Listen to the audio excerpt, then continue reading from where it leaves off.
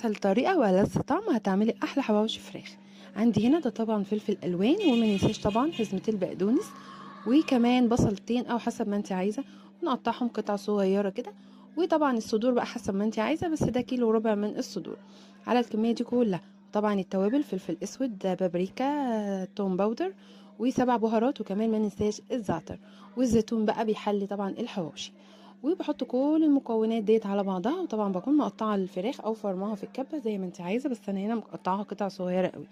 وقلبتهم في بعض بقى، وحطيت كل الحاجات، كل المكونات دي حطيتها. وحطيت كمان معلقه من الصويا صوص، وكمان من دبس الرمان. بيديهم طعم حلو قوي على فكره، وكل التتبيله مع بعض كده بتدي طعم خرافه. عايزه اقولك ان الريحه بجد وهم.